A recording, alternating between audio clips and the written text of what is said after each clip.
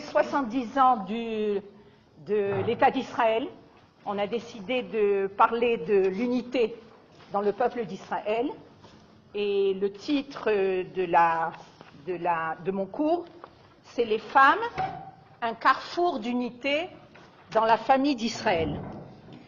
Évidemment, étant donné que je suis la seule femme qui donne un cours dans ce séminaire, et c'est destiné aux femmes, alors c'était évident qu'on me demande de donner un cours sur les femmes.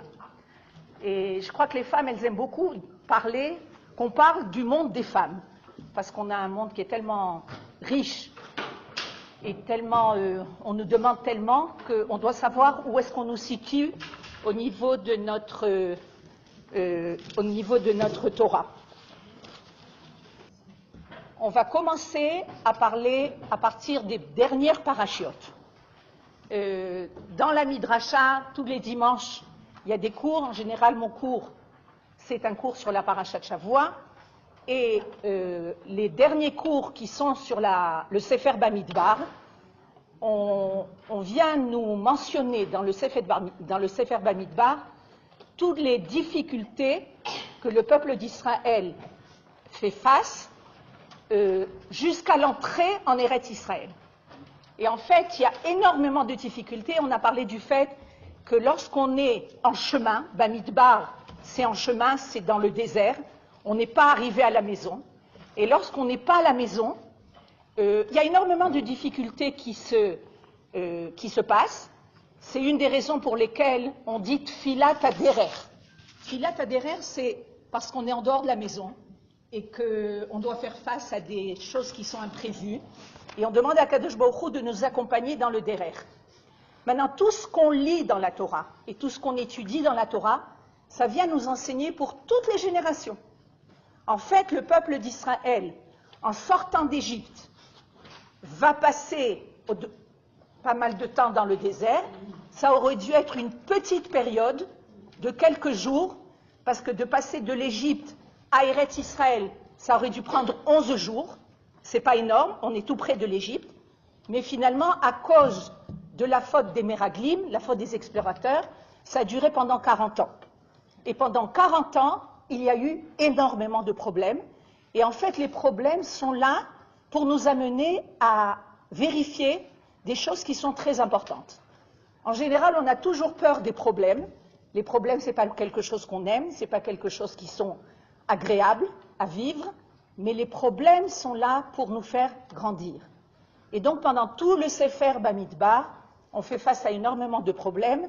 On a les Meraglim, les explorateurs, on a le peuple d'Israël qui se plaint. Ken, en hébreu, ça s'appelle Kouterim, des gens qui se plaignent.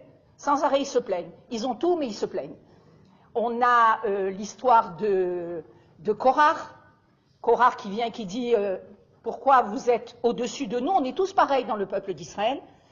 Et on voit qu'il y a aussi une lutte avec les peuples qui sentent que le peuple d'Israël va arriver en Israël et ils sont terrorisés.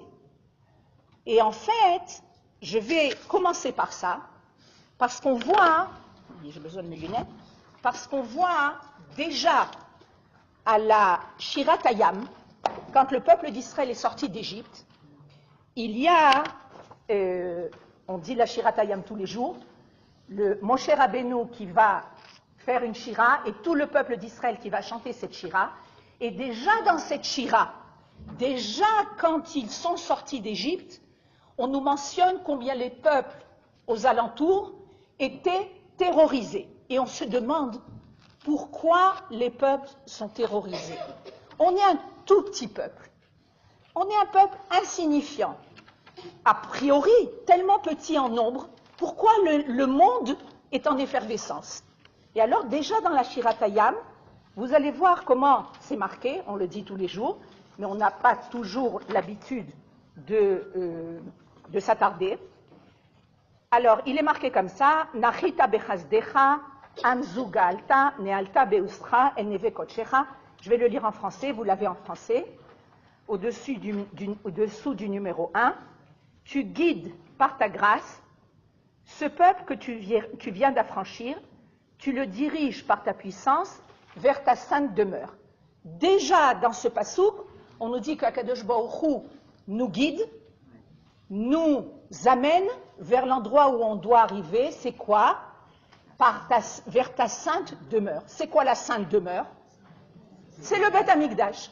C'est-à-dire, déjà, on n'était pas encore entré en Eretz Israël, que déjà on nous mentionne dans une grande névoie, une grande prophétie, que le but, c'est le Beth Amikdash. Okay? Et alors, à cette nouvelle, c'est-à-dire le fait que ce peuple-là va arriver et va construire le Beth Amikdash, à cette nouvelle, les peuples s'inquiètent. Un frisson s'empare des habitants de la Philistie. Les peuples sont en effervescence. À leur tour, ils tremblent. Les chefs d'Édom, les vaillants de Moab, sont saisis de terreur, consternés, tous les habitants de Canaan. C'est-à-dire qu'à partir du moment où ils voient que le peuple d'Israël, les enfants d'Israël, sont en marche vers Eretz Israël, ils sont consternés, un frisson les empare et ils sont angoissés. Sur eux pèse, regardez combien de termes pour montrer la peur. Sur eux pèse l'anxiété, l'épouvante, la majesté de ton bras les rend immobiles comme la pierre, jusqu'à ce qu'il ait passé ton peuple, Seigneur, qu'il ait passé ce peuple acquis par toi. Que tu les aies amenés fixés sur ce mont, ton domaine, résidence que tu t'es réservée, Seigneur, sanctuaire, ô mon Dieu, préparé par tes mains, l'Éternel régnera à tout jamais. Qu'est-ce qu'on vient nous dire? Slicha? Non, c'est Shirat Hayam. C'est Shirat Hayam. Tous les jours on le dit à la Tfilat Shacharit. C'est-à-dire que déjà, quand le peuple d'Israël est sorti d'Égypte, on nous mentionne le but, c'est le Beth Amikdash. On est là pour dévoiler, pour faire apparaître la résidence sainte de Akadosh Baruch Hu. Notre but, quand on arrive en Eretz Israël, à part le fait d'avoir un pays et d'avoir une terre comme chaque peuple a une terre, mais ça ne suffit pas. On a un but, c'est de dévoiler la présence divine dans le monde. Maintenant, ce message qu'on doit transmettre, cette révélation divine qu'on doit transmettre, amène le monde en effroi, en épouvante, en angoisse, et il tremble. Ratrega, mais de quoi ils tremblent? Pourquoi ils ont tellement peur que le peuple d'Israël accomplisse son but? C'est notre but. Et c'est quelque chose d'intéressant à essayer de comprendre, parce qu'en fait, ça nous donne une réponse qui va nous dire pourquoi le monde nous regarde, nous embête, à chaque chose qu'on fait, tout le monde on est le point de mire, et on doit essayer de comprendre pourquoi. Le peuple d'Israël a été choisi, on est les descendants de Avraham Avinu, il a été choisi pour amener le message divin dans le monde. Quand Akadosh Baruch Hu a choisi Avraham Avinu, il lui a dit « Ve'esra le goy gadol » et je ferai de toi un grand peuple. Okay? Ve'idbarchu becha kol mishpachot ha'adama. Et grâce à toi, les nations, les familles du monde vont être bénies. C'est-à-dire que notre rôle, ce n'est pas un rôle qui est au niveau individuel, c'est un rôle qui est au niveau collectif. On doit, au niveau individuel, faire apparaître quelque chose qui fait partie du collectif. Le collectif d'Israël, c'est de dévoiler la présence divine dans le monde. Et le summum du dévoilement de la présence divine, c'est d'arriver au Beth Amikdash. Le Beth Amikdash, qui est la demeure de Akadosh Baruch Hu, où il y a une révélation évidente de Akadosh Baruch Hu, et on est en route, d'accord? On est en route. Il y a il y a des échelons, il y a un passage, un chemin à passer pour arriver à construire le Beth Amikdash. Maintenant, ce qu'il faut savoir, c'est que le monde, et déjà dans la Torah, dans le Sefer Bamidbar, on vient nous mentionner beaucoup d'étapes. Et on vient nous mentionner beaucoup d'étapes parce que c'est ce qui va se passer tout au long des générations. Dès que le peuple d'Israël s'approche de sa terre, donc s'approche du but qu'il doit révéler dans le monde est là en effervescence, et en fait, ils essayent d'empêcher ce but d'apparaître. Parce que quand le peuple d'Israël arrive, Bezrat Hashem, et on arrivera à construire le Beth Amikdash, il y a une présence divine qui est très dévoilée et qui fait le tri entre les Rechaïm et les Tzadikim. D'accord? Et alors, déjà dans le Sefer Bamidbar, on vient nous parler des conflits qui sont avec les peuples. Dans la Parashat Rukat, on nous parle de la guerre avec Sichon Melech HaEmori, le roi des morts, des Morim, c'est un peuple, avec Og Melech HaBashan, Og qui était un géant, qui était le roi de Bashan, Bashan c'est dans le Golan, avec les Amé Knan, avec les peuples qui sont installés en Eretz Knan, en Eretz Israël. Ils sont là et ils ont commencé à nous faire la guerre. Maintenant, ce qui se passe, c'est qu'ils ont vu qu'ils n'ont pas réussi. Ils n'ont pas réussi à nous faire la guerre. À chaque fois qu'ils nous faisaient la guerre, en fait, il y avait une victoire du peuple d'Israël. À l'époque, c'était assez miraculeux parce que Moshe Rabbeinu, il levait les bras, et quand les bras étaient levés, alors le peuple gagnait. Et petit à petit, ils se sont rendus compte qu'il n'y a pas de possibilité de vaincre Israël. Alors qu'est-ce qu'ils ont fait? Ils ont essayé de faire de façon différente. Si on n'arrive pas à vaincre par les armes le peuple d'Israël, et je vous invite à faire la corrélation avec ce qu'on vit de nos jours, on n'arrive pas à vaincre le peuple d'Israël par les armes, alors on va essayer autrement. Il y a un bonhomme qui s'appelle Bilam, qui a été chez Balak, qui était le roi d'un des peuples de Canaan. Il a dit, tu sais, tu n'arriveras pas avec la guerre. Moi, ce que je te conseille, c'est de maudire le peuple d'Israël. Parce que quand on va maudire le peuple d'Israël, on va lui enlever la bracha, Ken, et peut-être de cette façon, on y arrivera. Et alors, on connaît l'histoire que Bilam essaye de maudire le peuple d'Israël, et Akadosh Baruch Hu change, transforme ce que Bilam a voulu maudire, et il transforme en bénédiction. Et on va voir la bénédiction qui est extraordinaire. C'est une bénédiction qui est fantastique et qu'on dit le matin au Beth HaKnesset. Quand on rentre dans un Beth HaKnesset, on doit le dire. Et il est marqué comme ça.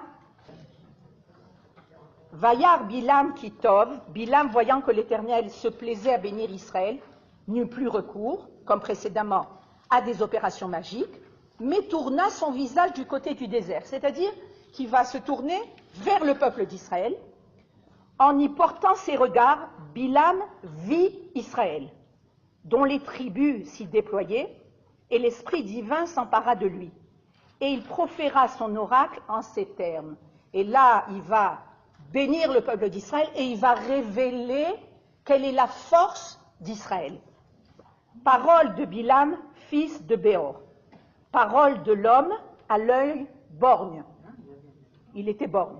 De celui qui entend le verbe divin, qui perçoit la vision du Tout-Puissant. Il a eu une névoie, il a eu une prophétie. Il fléchit, mais son œil reste ouvert. Et qu'est-ce qu'il dit? Quelles sont belles tes tentes, ô Jacob, tes demeures, ô Israël. En quoi il voit la grandeur du peuple d'Israël dans les tentes du peuple d'Israël. O alecha matovu, o alecha Yaakov. C'est-à-dire qu'Akadosh Baruch Hu, lui a donné sur un moment de prophétie immense. Et il lui a dit, tu veux savoir, je vais te révéler quelle est la force du peuple d'Israël. La force du peuple d'Israël, c'est ses tentes, c'est ses demeures, c'est la maison.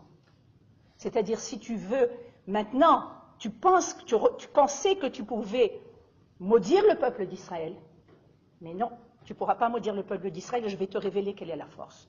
La force du peuple d'Israël, c'est ses maisons. Et alors on nous dit, regardez dans le numéro 3, quand les malachim, les anges, sont venus annoncer à Avraham Avinu qu'il va avoir un enfant, Vayomru Elav, les anges sont venus et ils ont dit à Avraham, Aye Sarah Ishtecha. Où est ta femme, Sarah? Où est ta femme? Vayomer Ine Baoel. Où est-ce qu'elle est? Elle est dans la tente. C'est-à-dire qu'on vient nous mentionner, les anges, ils doivent très bien savoir où était Sarah. C'est des anges. Ils ont un esprit divin, ils ont quelque chose, une vision très grande. Ils n'ont pas besoin du côté pratique, géographique du monde pour savoir où était Sarah. Et on vient nous mentionner, Akadosh Baruch Hu vient nous dire, vous voulez savoir où est Sarah? Sarah, elle est dans la tente. Et Rashi nous dit, Ine Baoel, c'est en bas, Tsnoa I. Sarah, elle est Tsnoa. La force du peuple d'Israël, c'est dans les maisons. Et la maison, c'est la femme. C'est-à-dire qu'à partir du moment où il y a une connaissance, une compréhension d'une force qui est une force intérieure. En fait, le Akadosh Baruch Hu, il a créé le monde avec des forces qui sont des forces extérieures et des forces qui sont des forces intérieures. De la même façon, en nous, on a un corps qui a des besoins, qui nous permet d'agir, mais ce qui permet au corps d'agir, cette force extérieure, c'est la neshama. La neshama qu'on ne voit pas. La neshama qui est là et qui donne cette énergie au corps de faire tout ce qu'elle doit faire, tout ce qu'il doit faire. Si la neshama, on enlève la neshama, le corps ne marche plus. Le corps ne fonctionne plus.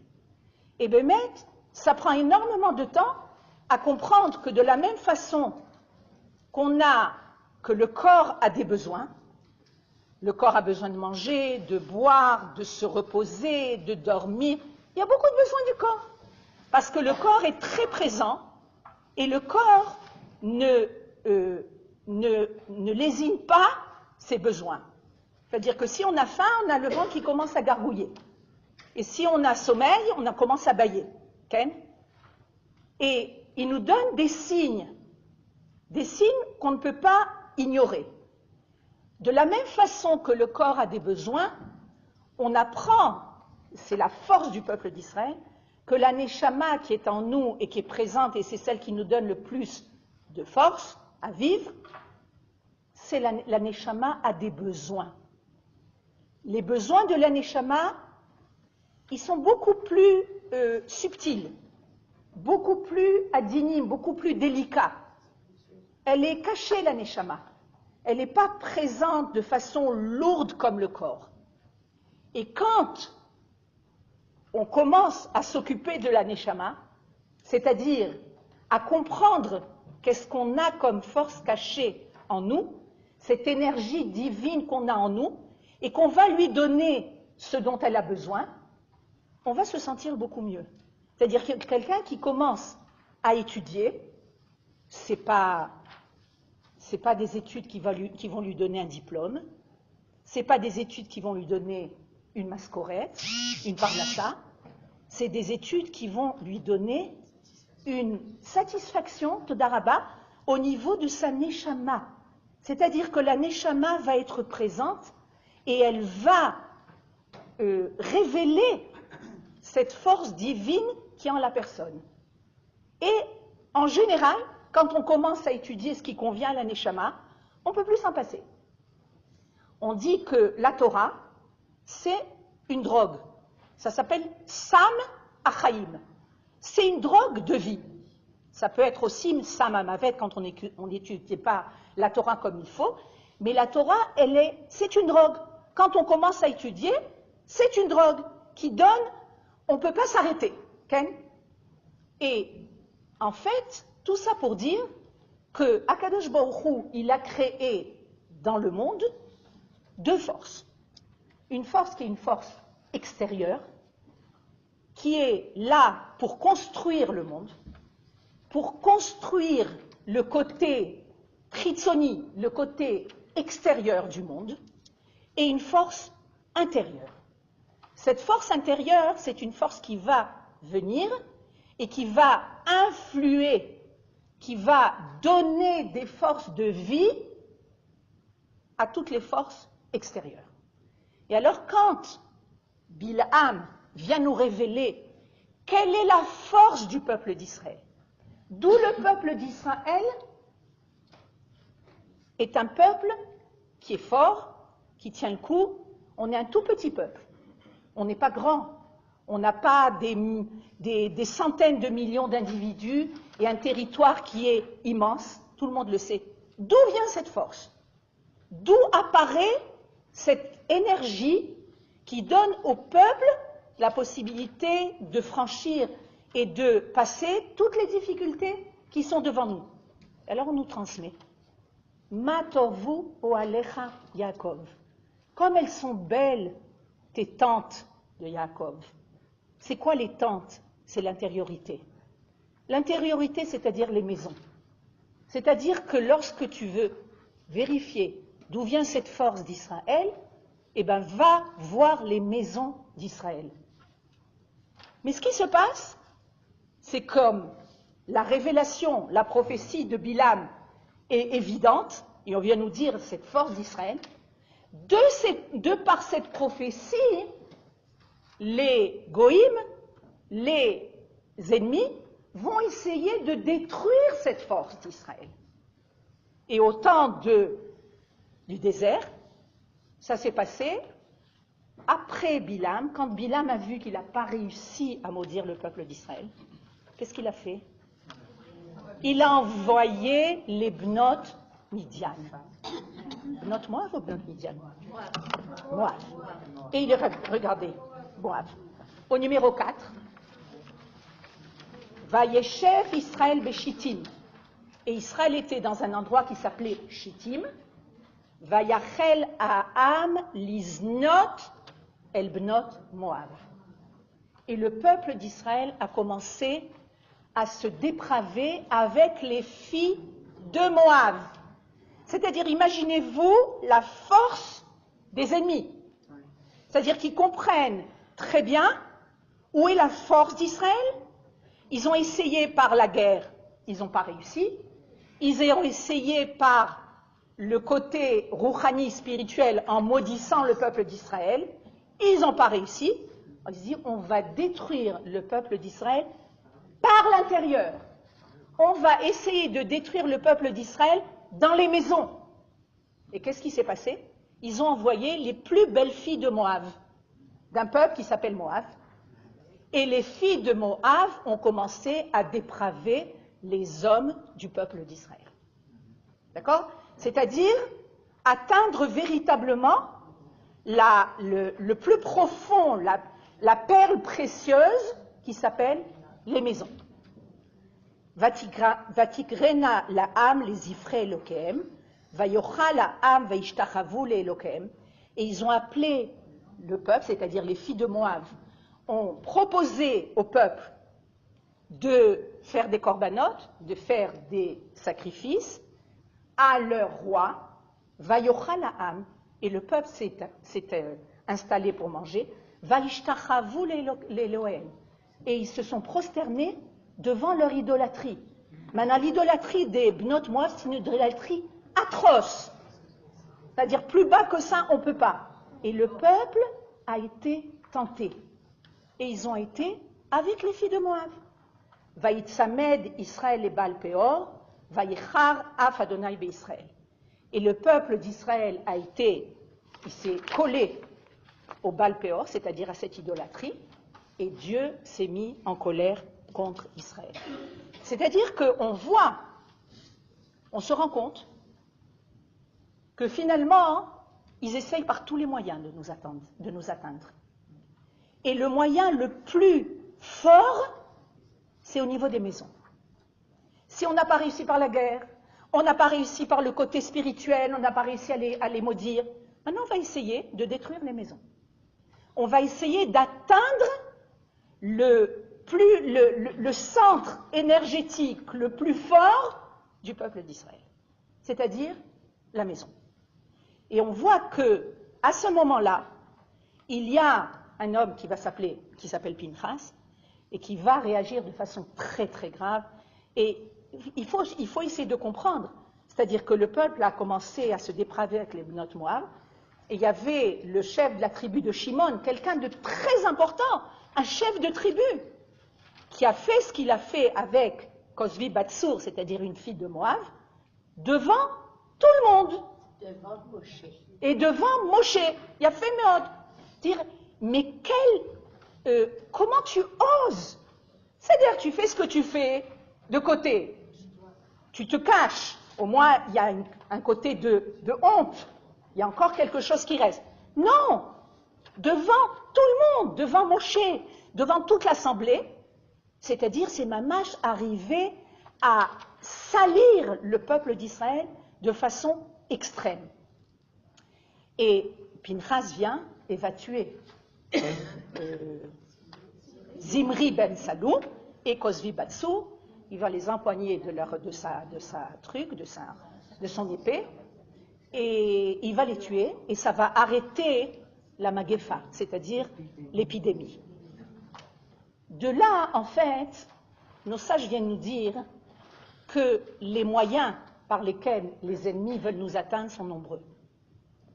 Les moyens sont nombreux et ils sont très dangereux. C'est-à-dire que c'est fort, mais il y a une volonté d'enlever les forces du peuple d'Israël. Les forces du peuple d'Israël viennent du fait qu'on est attaché à nos valeurs juives. On est attaché à la Torah. On est attaché aux mitzvot. Quand est-ce qu'on vient nous affaiblir? On ne vient pas nous affaiblir, on vient s'affaiblir. En fait, on s'affaiblit à partir du moment où on se détache de nos valeurs juives. Dès qu'on se détache de nos valeurs juives, en fait, on devient faible. Et de façon automatique, les ennemis peuvent nous atteindre. Et là, il faut bien comprendre que les ennemis d'Israël sont très très intelligents et très forts. Et ils savent, au plus profond d'eux-mêmes, comment ils peuvent atteindre le peuple d'Israël. Il y a dans le peuple d'Israël une force qui a été tout au long des générations. C'est la force de la maison, c'est la force de la famille, la force des familles du peuple d'Israël. Ish ou Beito. On a essayé tout au long des générations d'atteindre Ish ou Beito, c'est-à-dire d'atteindre nos maisons, de faire du mal à l'intérieur de nos maisons. Par exemple, je vous donne un exemple, Hanouka. Les Grecs, qu'est-ce qu'ils ont fait? Ils voulaient que les Juifs, que le peuple d'Israël adhère à la philosophie grecque. Ils ont vu que ça n'allait pas. Qu'est-ce qu'ils ont fait? Chaque jeune fille qui allait se marier devait passer devant le droit de cuissage, je crois que ça s'appelle, devait passer devant le grand chef grec avant d'être avec son mari. C'est-à-dire salir le peuple d'Israël. Et bien, ce qui s'est passé, c'est que le peuple, il était tellement dans la détresse, il ne savait pas quoi faire, jusqu'à ce qu'une des femmes, qui s'appelait Yudit, qui était la fille de Matityahu Kohen Gadol, elle s'est mariée et elle devait faire ce qu'ils avaient décidé, le décret, et elle s'est levée au milieu de son mariage, et elle a commencé à se dénuder. Et dans son mariage, il y avait les plus grands sages et les plus grandes personnes importantes dans le peuple d'Israël. Et on lui dit, mais qu'est-ce que tu fais? Tu n'as pas honte? Elle dit, moi j'ai honte. Vous savez ce que je dois faire, ce que je dois passer cette nuit, et maintenant vous avez honte que je commence un peu à me dénuder? Levez-vous et partez en révolte. Et c'est comme ça qu'a commencé la guerre contre les Yévanim, par une femme. C'est-à-dire qu'elle a vu dans ce décret des Grecs une atteinte très profonde aux maisons d'Israël. De la même façon, on nous raconte comment il y avait une interdiction de faire la Brit Mila pour les petits bébés qui naissaient. Les hommes, ils étaient désespérés. Ils se sont enfuis dans des cavernes et ils ne savaient pas quoi faire.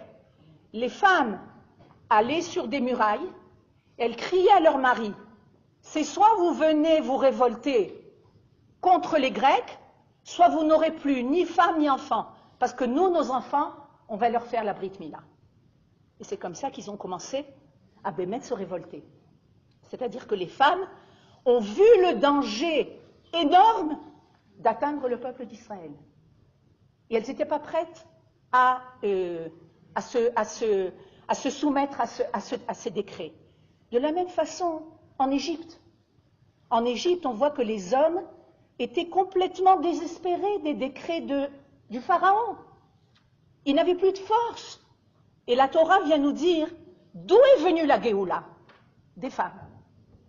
Les femmes étaient là et elles ont vu, quoi? Vous désespérez des décrets du Pharaon? Mais les hommes disaient, mais vous ne vous rendez pas compte?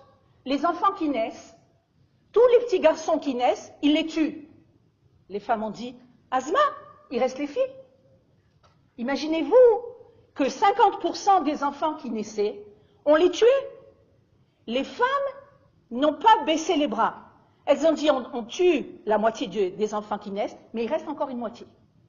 Et c'est comme ça que Myriam a encouragé son père qui avait divorcé de sa femme, de reprendre sa mère. Mazotomere. D'où vient cette force de combat? Cette force qui est là et qui dit non, on ne baisse pas les bras. À toutes les générations, les ennemis ont su que finalement le point le plus important du peuple d'Israël, c'est la maison. La maison qui est le centre de la force du peuple d'Israël. Le peuple d'Israël, c'est une force, mais c'est comme un corps. Il est constitué de cellules. Quand il y a des cellules qui ne vont pas bien, il y a un danger pour tout le peuple, pour tout le corps. Le corps est en danger. On s'occupe des cellules, qu'elles aillent mieux. On les guérit, on fait de tout.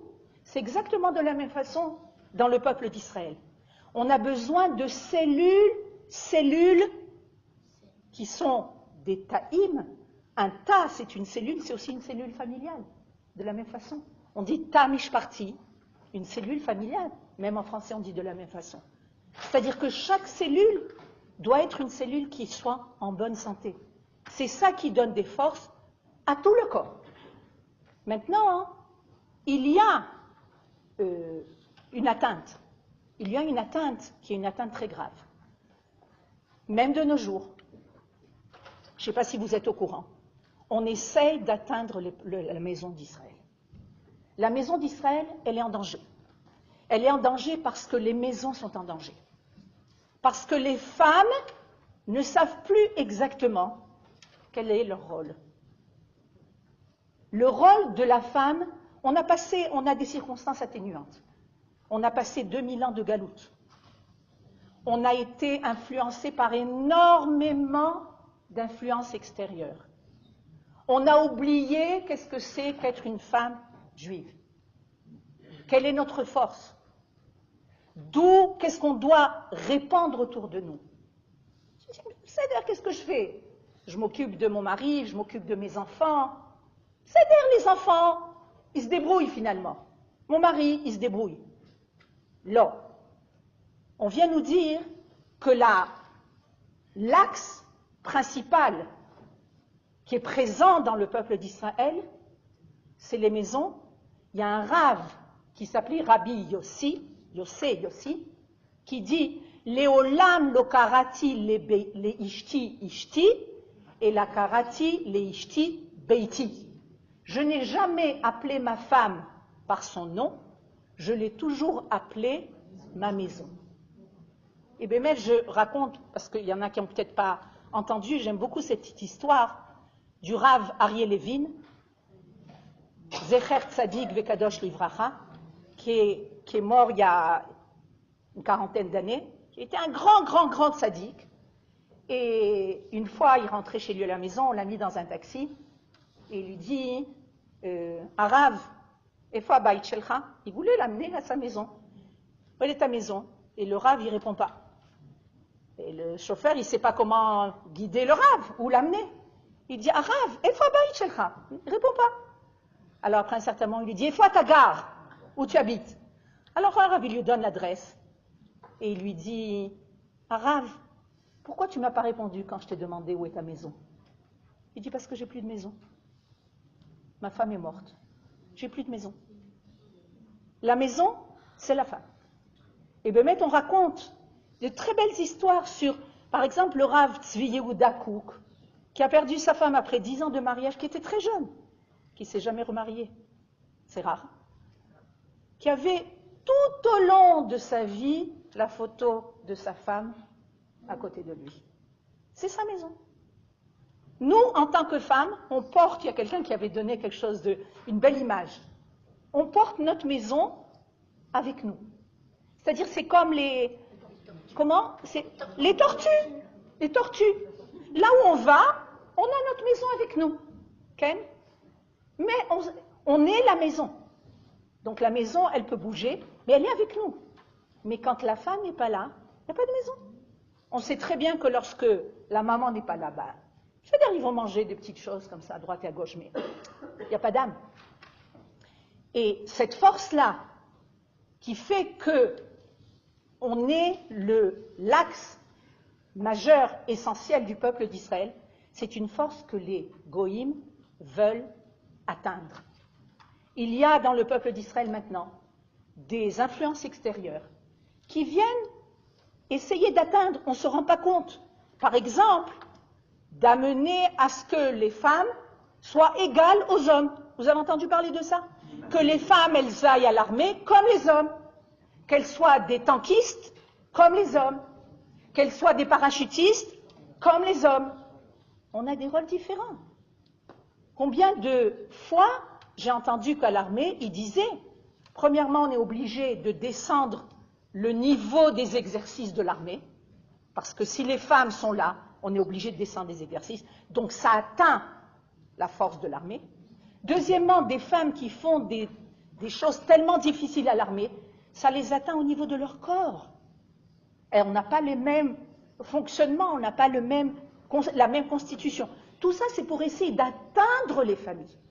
Et là,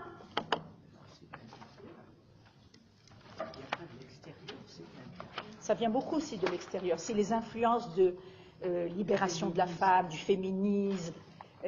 On fait partie d'un monde qui est un monde global. Et là, je voulais voir avec vous un texte que le Maharal de Prague a écrit et qui est à mon avis magnifique et qui vient nous parler de ce que c'est la maison. Et on va le lire ensemble. C'est à gauche. C'est la colonne de gauche. C'est marqué dans un livre qui s'appelle Netzach Israël, l'éternité d'Israël. Et il est marqué comme ça. Uba Midrash. Et il est marqué dans le Midrash. Ma ra'a avinu Yaakov likvor et Rachel baderer Efrat. Et là, tsafa שהגלויות עתידות לעבור שם, וכברה שם כדי שתהיה מבקשת רחמים על בניה. Pourquoi est-ce que Yaakov a enterré Rachel à Ephrat, c'est-à-dire Bethléem, Baderer, en chemin? Vous savez, entre Bethléem et Hebron, il n'y a pas beaucoup de distance. Yaakov, prends ta femme et enterre-la à Hebron. À Hebron, il y a déjà Adam et Chava, il y a Avram et Sarah, il y a Yitzhak et Rivka. Là-bas, c'est le caveau des patriarches. Rachel, que tu aimes tellement, enterre-la aussi à Hebron. Non, il a enterré en chemin. Il n'a pas voulu l'enterrer à Hebron. Et alors, ils nous disent comme ça. Utsafa she'agalouyot atidot la'avor sham. Il a vu dans la prophétie, Yaakov, que les Galouyot, c'est-à-dire le peuple d'Israël qui va partir en galoute, va passer par ce chemin. Le chemin où va être enterré Rachel. Vekvarasham kede shetie mevakeshet rachamim malbania. Et il a enterré là-bas pour qu'elle demande pitié et miséricorde sur ses enfants. Il a vu que le peuple d'Israël allait passer des choses très difficiles, qu'on n'allait pas rester en Eretz Israël, qu'on va sortir une première fois en galoute, qu'on va sortir une deuxième fois en galoute. Et il y a une force qui s'appelle Rachel, qui va demander miséricorde sur ses enfants. Ada ou dirtiv, kol barama nishma, nei bechi vigomer, ko amar Hashem meni koler mi bechi, veyesh tigva leachariter, veshavu banim legvulam. Vous connaissez, c'est une chanson qui est une belle chanson, et on vient nous dire, on nous donne de temps en temps dans la Torah une petite ouverture. Et on nous montre qu'est-ce qui se passe en haut, dans un monde qui n'est pas visible. Il y a une femme, qui est notre mère, qui s'appelle Rachel. Et Rachel, elle pleure. Depuis que les enfants d'Israël sont partis en galoute, elle pleure. Non seulement elle pleure, on nous dit, comment on dit Rachel pleure en hébreu? Rachel, bocha. C'est pas marqué bocha. Mevaka. Mazé mevaka. En général, quand on pleure, à un certain moment, on s'arrête de pleurer. D'accord? On ne peut pas pleurer tout le temps. On s'arrête de pleurer. Et on sait que Rachel, mevaka, c'est-à-dire qu'elle n'arrête pas de pleurer. Elle continue à pleurer. C'est une péoula, c'est-à-dire c'est quelque chose qui est constant. Qu'est-ce que fait Rachel? Mevaka albanea. On nous montre qu'il y a une force, il y a une femme qui s'appelle Rachel Imenu, qui pleure sans arrêt. Pourquoi elle pleure? Albanea. Elle pleure sur ses enfants. Pourquoi? Parce que les enfants sont partis. Albanea qui est Neno, parce qu'ils ne sont pas là. Et Akadosh Baruch Hu vient et il lui parle. Et le prophète, je crois bien que c'est Ishayahu, le prophète vient et nous dit qu'est-ce qu'Akadosh Baruch Hu dit à Rachel. Il lui dit comme ça, Meni kolech mi bechi. Rachel, arrête de pleurer. Venaich midima. Arrête d'avoir des larmes. Ki yesh sachar les feulater. Parce qu'il va y avoir une récompense à ton acte. Ça va donner quelque chose. Ce que tu as fait, le fait de ne pas être tranquille tant que tes enfants ne sont pas revenus à la maison, sache que ça va donner quelque chose. Comment c'est marqué? Veyesh tigva lachariter, veshavu banim legvulan. Tes enfants vont revenir à leurs frontières. Tout ce que tu fais, il y a un sens. Il y a quelque chose, il y a une totsa'a, il y a un résultat. Yesh sachar les foulater. Il y a une récompense à tes actes. Et il est marqué comme ça. Veshavu banim legvulan. Ou kefi ou perush inyan ze kmo shebiru od bamidrash. Rachel mevaka albanea Israël. Rachel pleure sur ses enfants. Nikraim albanea. Israël nikraim Rachel. Velo al shem Rachel ela al shem bna aben yakir Ephraim. Veze amidrash sheshlotam muflag. Et là, c'est là que je voudrais m'attarder. Et il explique comme ça. Ki aisha tikare bait, parce que la femme est appelée maison. כמו שאמר רבי יוסף, מעולם לא קראתי לאשתי אשתי, רק לאשתי ביתי, ומפני כי רחל הייתה עקרת הבית של יעקב. Parce que Rachel était la עקרת הבית de יעקב, כמו שאמרו חז"ל, שרחל הייתה עקרת הבית, וכל מי שנקרא בית, כולל ומאחד הכל. Tout celui qui est appelé maison, c'est lui qui arrive à rassembler tout autour d'elle. C'est-à-dire, comme il nous dit comme ça, כמו שהבית כולל הכל ומאחד את כל אשר בתוכו. Comme une maison, elle rassemble tout ce qui est dans la maison. On parle d'une maison. Une maison, ce n'est pas seulement 4 murs, c'est tout ce qui est à l'intérieur. De la même façon, Rachel, elle a cette force de léached, c'est-à-dire d'unifier, de réunir. A priori, Rachel, elle est la maman de 2 enfants des Shvatim, de 2 Shvatim, sur 12. Mais Rachel, elle est appelée Rachel Imenu. Je crois qu'il y a beaucoup plus on va beaucoup plus au Kever Rachel qu'on va au Kever Léa. D'accord? Pourquoi? Parce qu'on sent que Rachel, c'est notre mère. Que Rachel, elle continue à avoir une force de rassemblement du peuple d'Israël. C'est-à-dire que cette force de léached, de réunir, c'est une force qui appartient à Rachel. Et alors, les fichach nikraou Rachel, nikraou Israël Hashem Rachel, mipnei shehi hayta akeret habayit. וכך נקרא ישראל על שם בנה, כמו שהיא הייתה איכה, גם כן בנה איכה, ודבר זה ידוע מאוד. ולפיכך אמר, שנקברה רחל בדרך, et il est marqué que Rachel a été enterrée en chemin, שאם הייתה נקברת רחל במערה, parce que si Rachel avait été enterrée à la מערת המכפלה, לא היה אצל ישראל שהם בגלות שלהם, כוח המקבץ והמאחד את ישראל בגלות שלהם. Parce que si Rachel avait été enterrée à la Meharat Amarpela, et la Meharat Amarpela, c'est un endroit où ils se reposent. Ils sont au repos. Il y a une force qui s'appelle Rachel qui n'est pas au repos. Elle est tout le temps en action.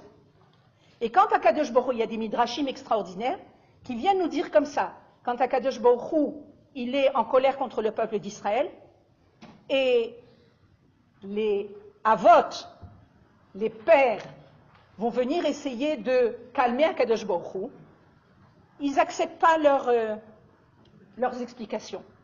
Mais quand Rachel arrive, et elle dit à Akadosh Baruch Hu ce qu'elle a fait pour sa sœur, qu'elle n'est pas prête à renoncer, qu'elle est là enterrée en chemin, Akadosh Baruch Hu écoute ses plaintes et ses supplications, et il écoute Rachel, et Rachel est là pour réunir le peuple d'Israël. Et alors on nous dit comme ça, Aval nishar be'Israël, koach ameached et Israël, rak she'eino befoal, rak bekoach bilvad. Maintenant cette force qui s'appelle Rachel, c'est une force qui est en puissance. C'est-à-dire, au niveau, pour révéler cette force, c'est en fait chaque femme qui doit apprendre de Rachel et qui doit se rendre compte que c'est elle qui réunit tous les membres de la famille, qui réunit tout au niveau de la maison.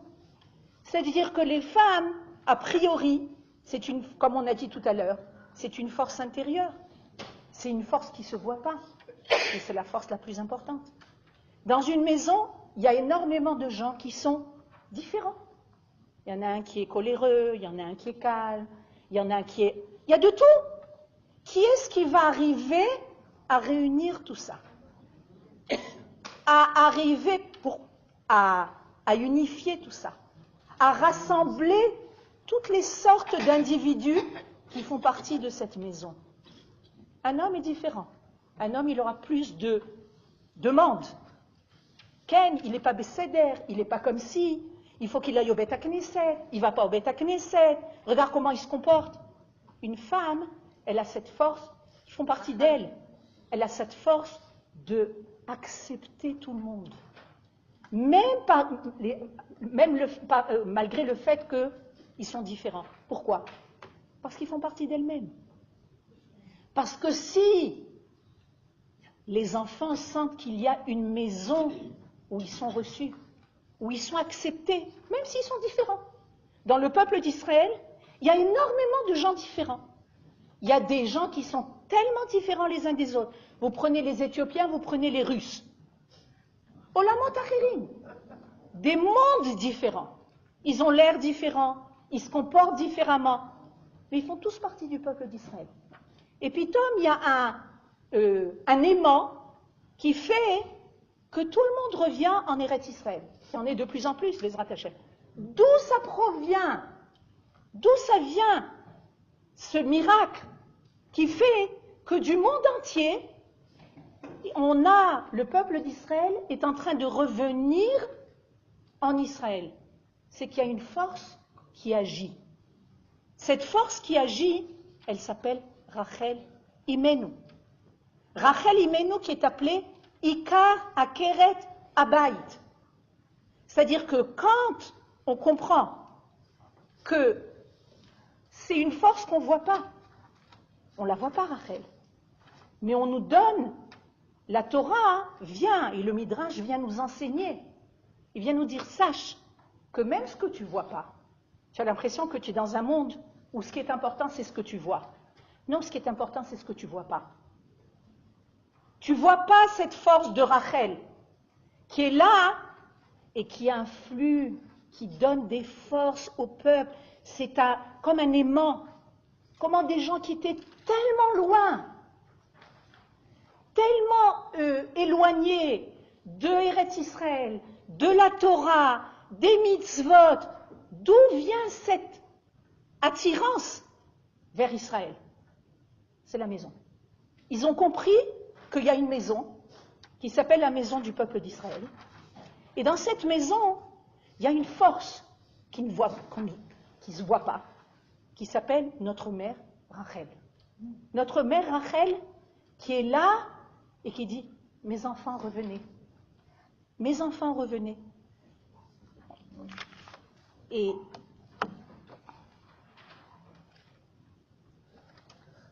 Velekar mevakeshet rachamim.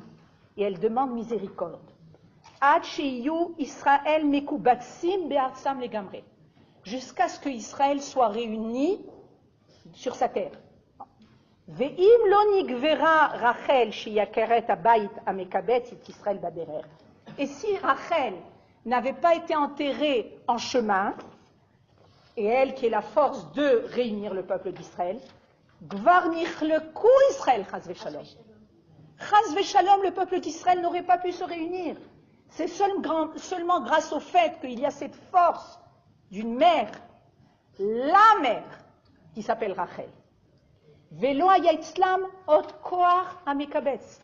Et il n'y aurait pas eu la force, cette force qui est une force qui réunit, ou measef et Israël, et qui réunit, qui Ve'aynu she'eshiv la kadosh baruch hu meni kolech mi bechi ve'enayich midima, ki beschut Rachel she'i koach hamekabet Israël, yashuvu Israël migalutam. Grâce à la force de Rachel, qui est la force de réunir, ve'zeu ve'shavu banim ligvulam, ki yesh koach me'ached et Israël betor galutam. Il y a une force qui réunit le peuple d'Israël dans la galoute, ou bishvil oto koach hameached yashuvu Israël migalutam veze ma sheratzinu lomar. Quand nos sages nous parlent de ça, ils viennent en fait nous révéler qu'est-ce que c'est la force d'une mère. Rachel Imenu. Nous sommes tous les enfants de Rachel.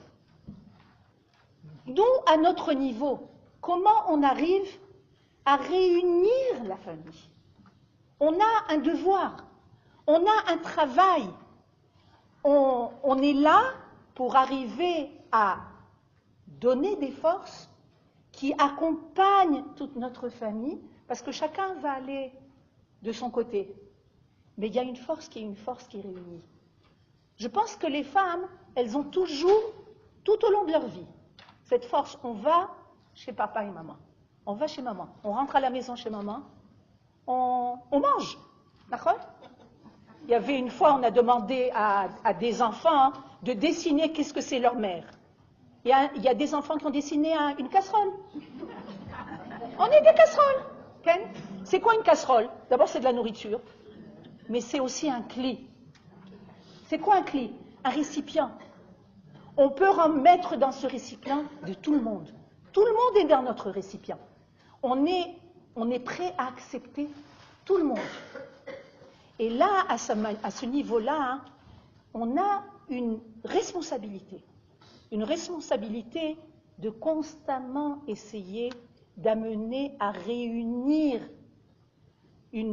Rachel Imenu, elle n'a pas vécu très longtemps. Elle a eu beaucoup de Yissourim.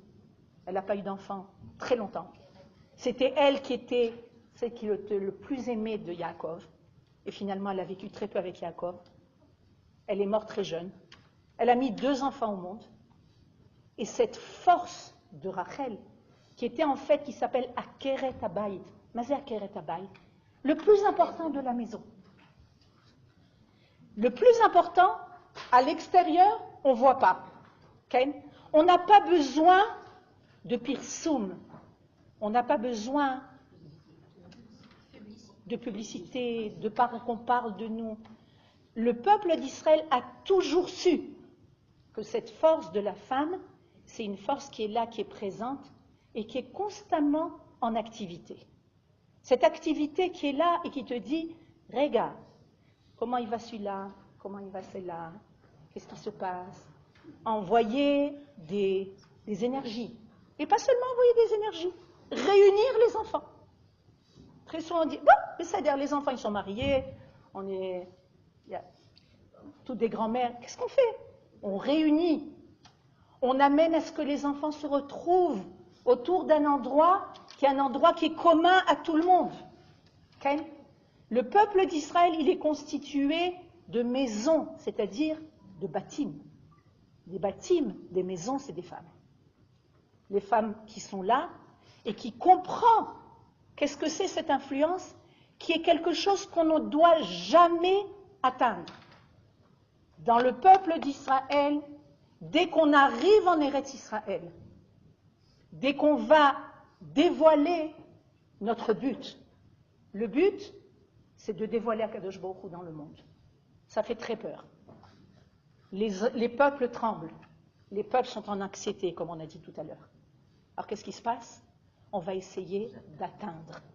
On va essayer de toucher la chose la plus importante dans le peuple d'Israël. On va essayer d'atteindre les maisons d'Israël. Les maisons d'Israël qui sont des maisons qui sont basées sur des forces divines, sur des forces qui ont été à toutes les générations. Les femmes ont toujours été là pour préserver le peuple d'Israël. Vous savez que pendant le désert, les hommes ont énormément fauté. Et ils ont tellement fauté que finalement toute la génération du désert n'est pas rentrée en Eretz Israël. Mais c'est que les hommes. Les hommes, ils ont fauté chez les explorateurs. Les hommes, ils ont fauté Chet HaEgel, le veau d'or. Les femmes n'ont pas fauté. Les femmes n'ont pas donné leurs bijoux pour le Chet HaEgel, pour le veau d'or. Les hommes ont arraché les bijoux des femmes. Les femmes, elles n'ont pas voulu leur donner. Ils ont arraché. Mais quand on a dû construire le Mishkan, les femmes ont été à mener leurs bijoux. Les hommes ont pleuré quand les explorateurs sont venus et ils ont dit « Waouh, c'est terrible! Où est-ce qu'on va aller? Un pays qui est plein de géants, un pays qui mange ses habitants. » Les femmes, elles ont dit « Non, non, non, non, c'est notre pays. elles n'ont pas pleuré. Les femmes, elles sont venues dans la paracha de Pinchas, il y avait 5 femmes, Bnot Slofrad, et qui ont dit, nous on veut aussi hériter de la terre d'Israël. Et finalement, les hommes de la génération du désert, ils ne sont pas rentrés en Eretz Israël, mais les femmes sont rentrées.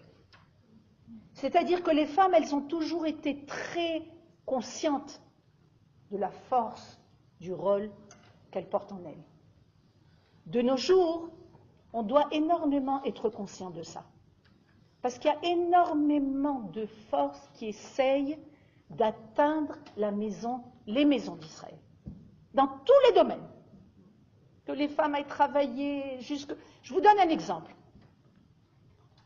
Une femme qui travaille, elle a droit à des réductions au Mahon. Vous savez ce que c'est le Mahon? Pour mettre les enfants dans le GAN. Une bonne réduction. Très bonne réduction. Une femme qui ne travaille pas, elle peut avoir 5 enfants à la maison, elle n'a pas droit aux réductions. Pourquoi? Parce qu'on veut encourager les femmes à travailler, les femmes à se réaliser à l'extérieur. C'est quelque chose qui fait partie d'un contexte qui n'est pas un contexte juif. Au contraire, une femme qui comprend l'importance de ce qu'elle donne à ses enfants. Je ne dis pas qu'une femme ne doit pas travailler, elle peut travailler. Mais le centre de sa vie, c'est sa maison. Le centre de sa vie, c'est son mari et ses enfants. Et si on atteint ça, on atteint l'axe essentiel du peuple d'Israël. Encourager les filles à aller faire l'armée comme les garçons, c'est atteindre les familles d'Israël. C'est évident. Essayer de mettre à égalité, on est égaux, c'est quelque chose qui est dans le monde. C'est une tendance qui est une tendance mondiale. On est égaux, les hommes et les femmes. Ça veut dire égaux. Dans la Torah, on vient nous dire, au niveau Yeshivion Erki, au niveau des valeurs, on est égaux. Mais au niveau de la personnalité, de notre constitution, de notre être, de notre psychique, on n'est pas égaux. C'est-à-dire qu'il faut toujours être conscient. Est-ce que ça va atteindre cette intériorité? Est-ce que je vais devenir à peu près comme un homme? Et là, il y a pas longtemps, il y a une femme qui s'est levée en Israël, qui s'appelle, je ne me rappelle plus de son prénom, elle s'appelle Naomi Zerbib ou quelque chose d'autre Zerbib, et elle a créé une tnoua, une organisation qui s'appelle Shovrim Shivion. Vous avez entendu parler de ça? Comment elle s'appelle? Nachon Zerbib quelque chose. Une femme qui sort du Gush Katif. Elle a dit, il faut absolument qu'on dénonce cette tendance à vouloir que tout le monde soit pareil. Que les femmes, elles fassent tout. C'est-à-dire qu'elles soient des superwomen dans tout. Et c'est une organisation qui commence à grandir et qui dénonce ça. On a un rôle. On a un rôle qui est prépondérant dans le peuple d'Israël.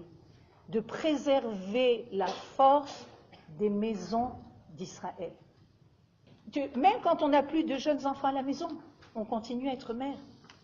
Une grand-mère, elle est mère et elle est grand-mère. Une arrière-grand-mère, elle est mère, grand-mère et arrière-grand-mère. Mais elle continue à avoir cette force de réunir autour d'elle. Donc, le but de ce cours, c'était d'essayer de mettre en évidence, de parler de la force des femmes, la force de l'unité. Le peuple d'Israël, quand il est uni, il a une force extraordinaire. Quand il y a une dispersion, quand on était un peuple qui était dispersé aux 4 coins du monde, on était à l'affût de toutes les pogroms et les guerres et tout ça. On a perdu énormément de nos frères parce qu'on était aux 4 coins du monde. Dès qu'il y a une réunion, une réunification du peuple d'Israël, le peuple d'Israël dévoile son moi, dévoile son but pour lequel Akadosh Baruch Hu a voulu créer le peuple d'Israël. Et on doit, par l'intermédiaire du limoud, de l'étude de la Torah, de ce qu'on nous enseigne dans le Sefer Bamidbar, c'est des forces qui sont très très fortes. C'est des forces qui sont insinueuses, qui sont subtiles, mais plus on va être conscient que Akadosh Baruch Hu nous a donné, nous en tant que femmes, cette force de réunir, et on va apprendre ça de Rachel Imenu, plus on va arriver à insuffler autour de nous cette force de réunification dans le peuple d'Israël. Et je crois que ça fait bien partie de la période qu'on vit, là maintenant. On est à la veille de Rosh Chodesh Elul, de Rosh Chodesh Av, où il y a eu le Khurban. Le Khurban, c'est la destruction des 2 temples, où le peuple d'Israël a été dispersé aux 4 coins du monde. Et pour arriver à réparer toutes ces fautes qui nous ont dispersés aux 4 coins du monde, on a besoin de croire en cette force de réunification. Et quand on parle d'un peuple, un peuple c'est Am. Am, c'est les mêmes lettres que Im. On est avec. Comment est-ce qu'on apprend à être les uns envers les autres? Quand on apprend à la maison à être les uns avec les autres et les uns pour les autres. La maison, c'est un petit laboratoire pour nous enseigner comment un peuple doit fonctionner, doit agir. Donc, Bezrat Hashem, j'espère que petit à petit, on aura les forces qu'Akadosh Baruch Hu nous donne pour remplir notre rôle. Sheyeh Shavua Tov.